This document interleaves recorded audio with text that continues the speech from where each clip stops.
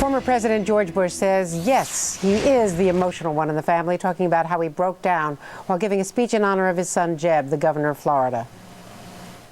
I saw him, some of you may old enough to remember 1994, run a good race, lost to a good man.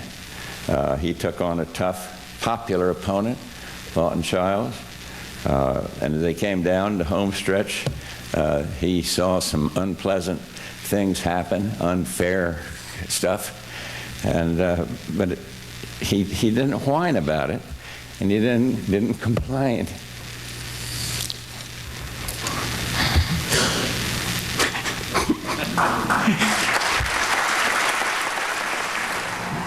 Bush 41, getting emotional there in Florida. Loyalty and pride, of course, run very deep in the Bush family. And in recent weeks, the former president has also gotten emotional defending his other son in office, the current president.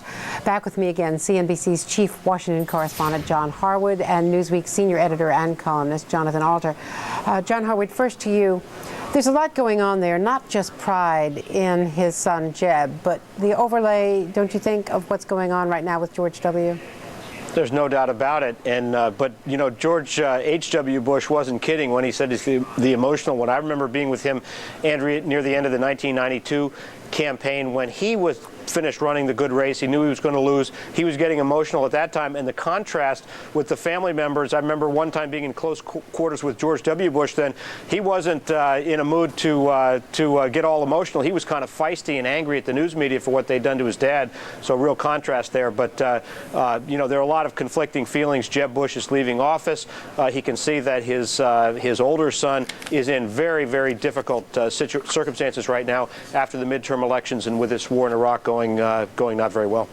And of course, Jeb Bush was the son that both parents thought would be president of the United States first. No one had anticipated that W was going to be the one. Still could be. And still could be. Jonathan Alter, you've watched George Herbert Walker Bush over these many years. Has this been a real burden to him, do you think, the war in Iraq, all the reports about he and his son in conflict over policy, Brent Scowcroft, his close advisor, being made persona non grata by this White House, now the return of Bob Gates from the first Bush team, and you know, also what we're going to see tomorrow with Jim Baker. This is tough stuff.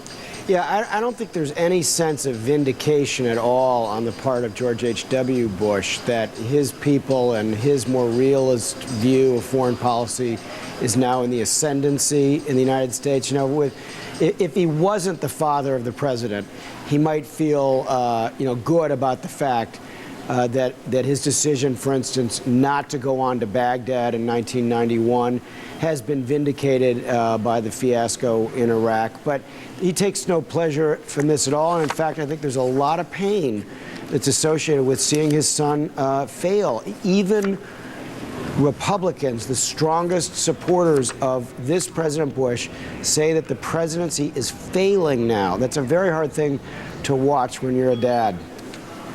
Just a few weeks ago, Bush 41 was giving a speech in the United Arab Emirates, and the audience got hostile, began to criticize his son, the president. One person flatly said they didn't respect this President Bush. Bush 41 told them, quote, "My son is an honest man. He's not going to change his view because some poll says this or some poll says that."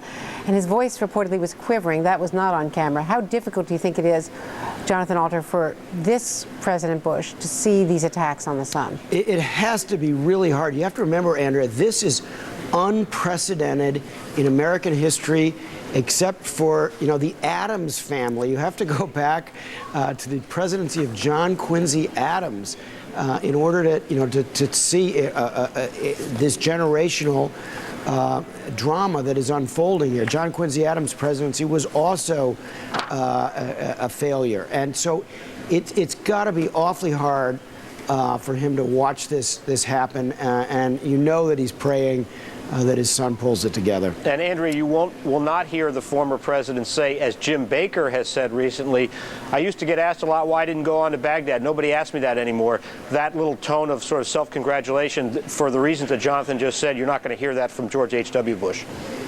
Parental pride and loyalty trumps any kind of political bragging rights right now. Okay, thank you very much again, you guys.